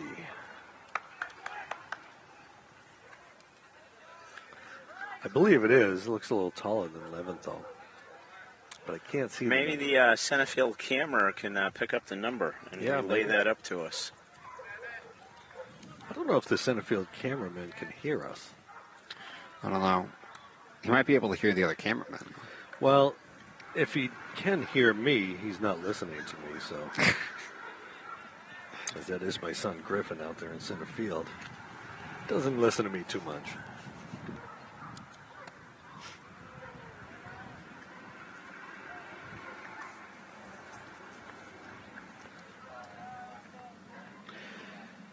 Griffin spent some time patrolling that area out in left field for the Panthers a few years ago. Yeah. Did he play some center too, Rich? I think he may have played 1 or 2. Yeah, he did. He played some center. Yeah, he did play some center. Who was the center fielder, though, when he was there? Austin Bernard. Thank you, Austin Bernard. That's who it was. Austin now, instead of swinging a baseball bat, swinging a hammer. Yep. And enjoying himself. Enjoying life in the trades, absolutely. What's he doing? Working as a carpenter. Yep. Oh, okay. Yeah. Also, ice hockey captain at Beverly High, I believe. Yep.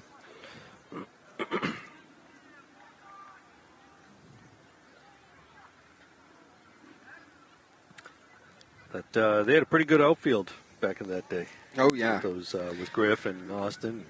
Casey Bellew, who's playing over at is it Framingham State? Framingham State, transferred there from UMass Dartmouth. Mm-hmm. That's hit well. That one is hit in the left field, and they're going to hold him up, though. Strong throw from left field. Yeah, Charlie Salerno's out there. Yep. Cut off. So Riley Schmidt on for the 3rd time today. Well, doing what a leadoff guy's supposed to do, get on base. His first hit of the day, as he walked twice before that. But First and third. See what they get going on here. See if Coach Giardi's going to try to plate another run on this.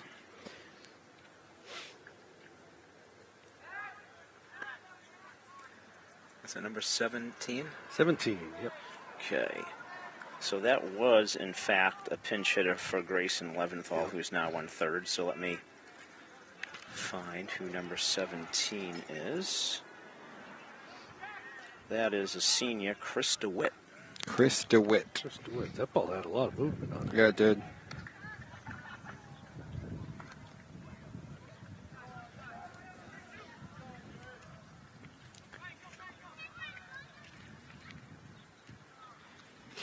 So 1st and 3rd with 1 out, and 2-3 due up right now. Stephen Shepard, the man at the dish right now. He's 0 for 3 today.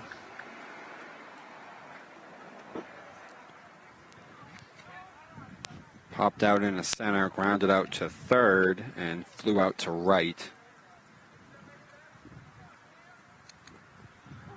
Big slow over the top breaking ball. They say you got a piece of it. Yep.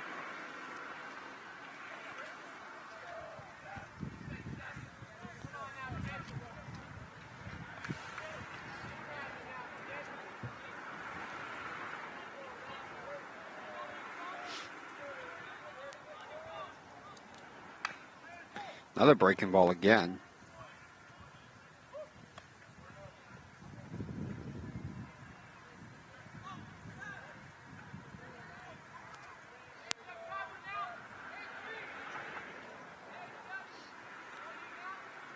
He's going. Got him. 3 straight breaking balls from Mikey and a big strike. Didn't. Nope, he fouled it off. Oh, okay. You got a piece of that one, too. That's going to send the runner back, too. Staying alive. Wow.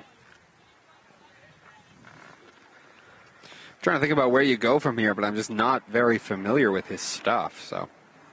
Yeah. Well, it looks like he's got a curveball. Yeah. From that herky-jerky high arm angle, kind of 12-6. Just like Josh Colmenter.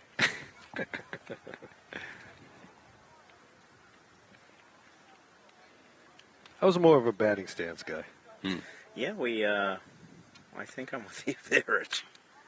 Ground ball over the short. You're not going to get him a second. Now Reyes has it, throws on the first, and got him. First. But the run going to come in the score there. Chris DeWitt. So Shepard picks up the RBI on the ground out.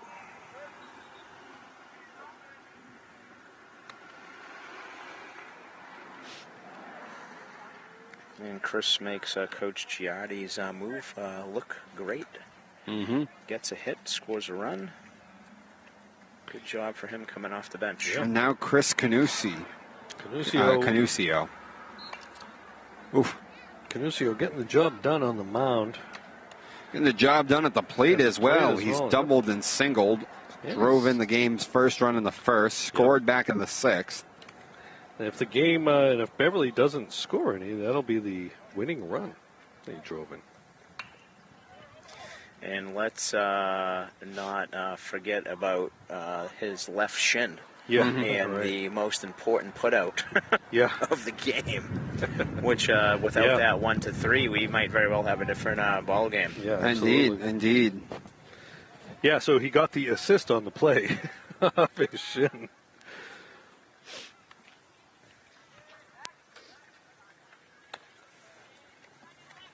Got a little action in the Magician bullpen. Yep. That is number 11, I believe. The old sticks, as we like to say. Ooh. That one took off on Mikey. The Roman deuce, as I used to say when I was playing baseball. It's Junior. Carter Shahagian Okay. in the pen.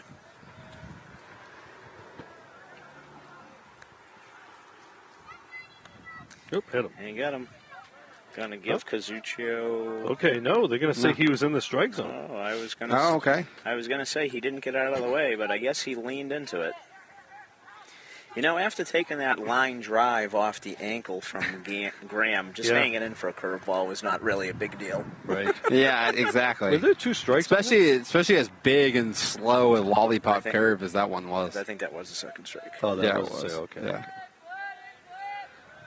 I was going to say, because if he had two strikes, they should have been a strikeout. Yeah, Swung there's a on and strikeout. missed. Mikey gets the strikeout anyway, and that will end the seventh. Marblehead pushing across one more for good measure, though, went on to the bottom of the seventh. Magicians 5, Panthers nothing. It'll be 6, 7, and 8. Connolly, Gavin, and Koloski. And we'll see if it's Canusio or if they will go to the pen here. See if Beverly's lineup only had, I think, 3 substitutes on the bench. So if they're going to go to any pinch hitting, I do not think there's a large selection. On the lineup card that I got, there was just Bellew, McLean, and McKay. 7th inning stretch. I'm getting his stretch in there. An audio stretch. I know. Can you? I forgot I had a mic on for a sec. You can't pinch hit Micah McManus, right?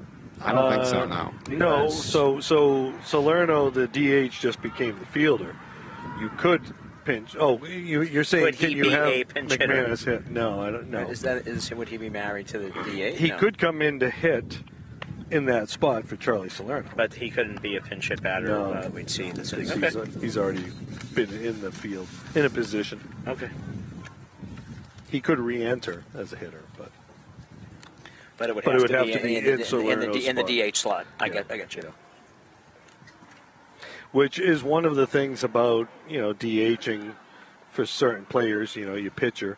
Micah has been, one of the better all-around players for the team.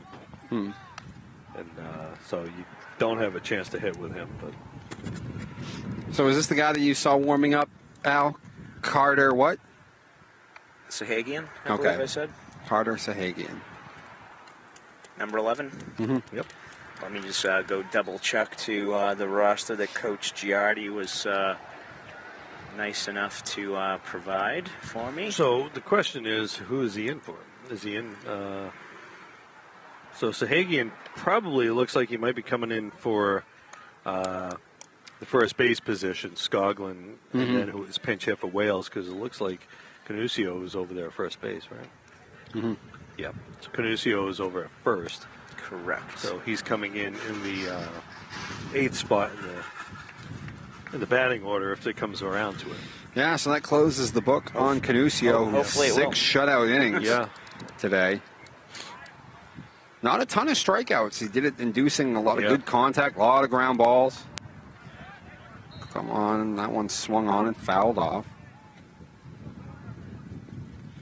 Like I said, Connolly, Gavin, and Kolosky all scheduled to face the new pitcher. Carter what? Kahagian. Sahagian. S-H. Shahagian? Shahagian, okay. Carter Shahagian. There you go. Strike? Ooh, nice pitch. Nope. No. Okay. I don't know what was wrong with that one. Oh. And the catcher didn't know what was wrong with it either. He slammed his glove to the ground.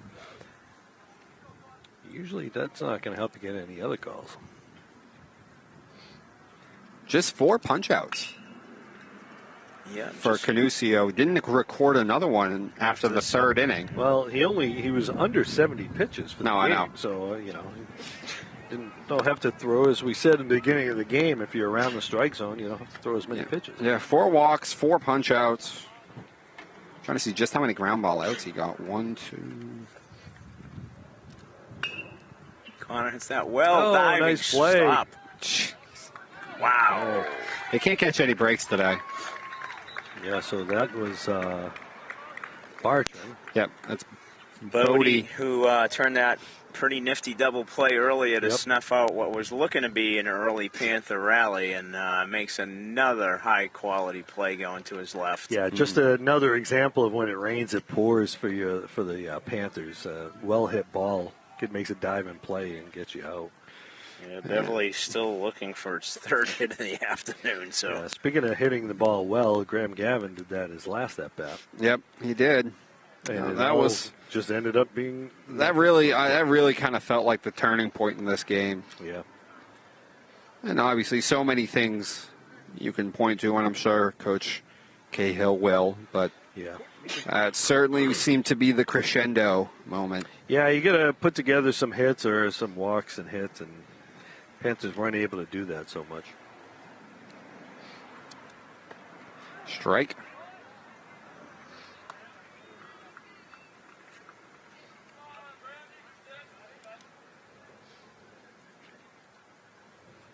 One of the things about this weather we're talking about, the pollen's starting to come out now. Mm-hmm.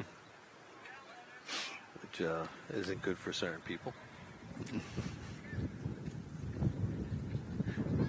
I just noticed that because I looked at my phone and it's got covered in pollen. Oh, is it really? So, yeah. Swung on and missed.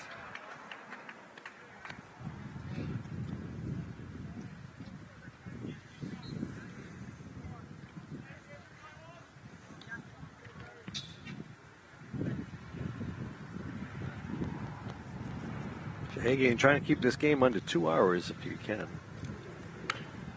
Swung on, little roller up the third base side. You're going to have to scoop that thing up to make sure it doesn't come back fair. Yeah. They often tell you not to do that. Try to scoop it up in case the ball does roll back in. Well, they also tell you to make sure you touch it foul so it doesn't roll back in. That's true. I'm sure that's what Riley was thinking there.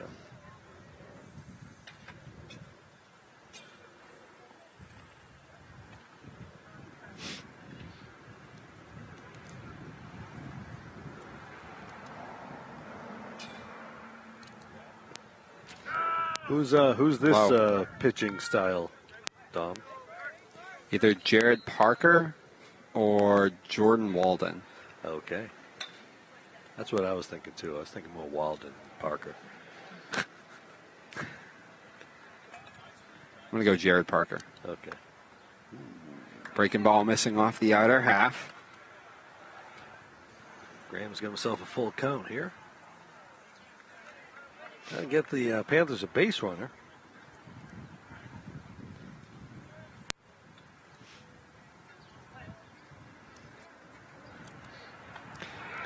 There's a good breaking ball, and he got him swinging.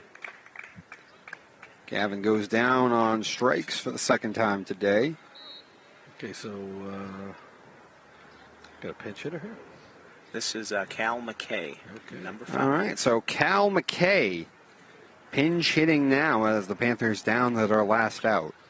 Okay, left-handed first baseman for the Panthers, also pitches.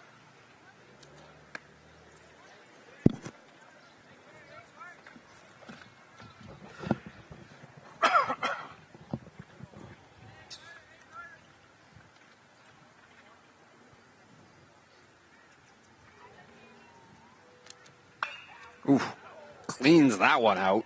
Yep, just ahead of it. Yeah.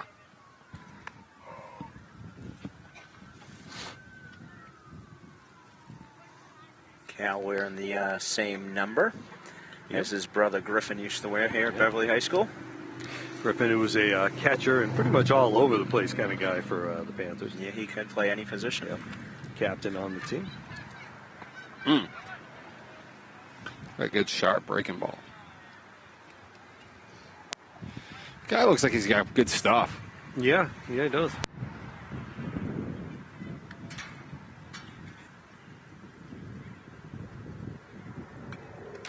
Ooh, wow. That one somehow skipped through the fence. And how did that miss her? I Whoever know. was sitting in that chair. I don't know. That was lucky. Wow, that was lucky. You know, everybody who sits back there figures they get a backstop, so they're okay, but that one slipped through. Yikes. Swung on and missed, strike 3, and that will do it. Marblehead takes this one over Beverly 5-0. The shutout, Chris Canusio going most of the way and then closed out by Carter. Micah McManus was pretty good, pretty efficient throughout the game. Yep. Sort of finally the top came off things in the 6th, and that was the end of it. But Panthers dropping another one here to the Magicians. And, you know, as I said, sort of the story of the day, guys, kind of felt like unproductive outs and bad luck. Really the story of the year for this group of guys who have just struggled mightily offensively. And as you said, Rich, Micah McManus certainly pitched well enough to deepen the ball game to give his teammates a chance. But as you also said, Dom, that was unproductive outs and not getting that timely hit. We've spoken so many times how difficult it is when you're not scoring runs. You have to be perfect in every other aspect of the game. And you're not going to – there's not many perfect games that are pitched in the history of baseball. Right, yeah, the Panthers only had 2 hits, and they only reached third base twice. And they did not make an error. Yeah. You know, so – yeah, Canusio gave them 4 walks at least, and those were a lot of their opportunities came from. And as I mentioned a couple of times, they had a guy at second, couldn't get him over to third. And as I said, sort of the last crescendo moment was Graham Gavin hit a ball on the screws, which probably gives them a 2-1 lead, but instead it goes off Canusio's leg, and testament to how hard Graham get it. It went all the way over to the first baseman. Right to the first baseman, and you know, pretty efficient game from both pitchers, both starting pitchers. They really kept their pitch counts down. And I had mentioned in the middle of that inning, trying to keep the game under 2 hours, and they did. I mean, it was about an hour and 50 minutes, which means pitchers are on when that happens. So anyway, guys, so that would be our last broadcast of the baseball season. We will not be hearing from us. Well, actually, no, they might hear from us for maybe softball or something like that if they get a playoff game. But if not for that, well, we won't be hearing from us until basketball next season. Actually, football. Oh, football, then basketball. And How about soccer? Football and soccer. Soccer. And volleyball, you know, so Yes. a lot of the fall sports we will be covering, but the spring sports... Does volleyball happen before football? Yeah, it's a fall during sport. the week, yeah. Okay. It's during the week. So. Boys and girls soccer. Yep. Football, obviously, and volleyball are the big sports that Yeah, BevCam covers. we cover, but like Al said, boys and girls soccer. So we cover quite a bit in the fall. We're kind of busy during the fall. And just for me, I'm sure on behalf of you guys too, just a big shout out and a thank you to BevCam Sports Network for being such a great community resource and having provided these games for the distant family members and for the families to go back and be able to look at them. And the high school season is so short, so when things start spiraling the wrong direction, it's over in the blink of an eye. Yep. But I'll submit, being a dad of 4 graduates at Beverly High School, that the sports careers go even faster than any given season. Absolutely. Happens in a And flash. blink of an eye, it's all over. So it's my privilege to be able to bring you folks, hopefully some levity and maybe some insightful commentary on the sports that we're watching. Al, always great to have you in the booth. Yeah, you guys during do. the Really baseball enjoy It's it. always a pleasure Really enjoy talking baseball and a whole bunch of other inanity with you two. Yep. So for all of us here at BevCam, Rich Francis, Al Visnick, myself, Chris Harvey, everybody who makes this possible. Josh, our cameraman. Yeah, Josh, our cameraman, Griffith Francis, and everyone who does our camera work during the season. We wish you a pleasant rest of the week. We'll see you later. Good night, everybody.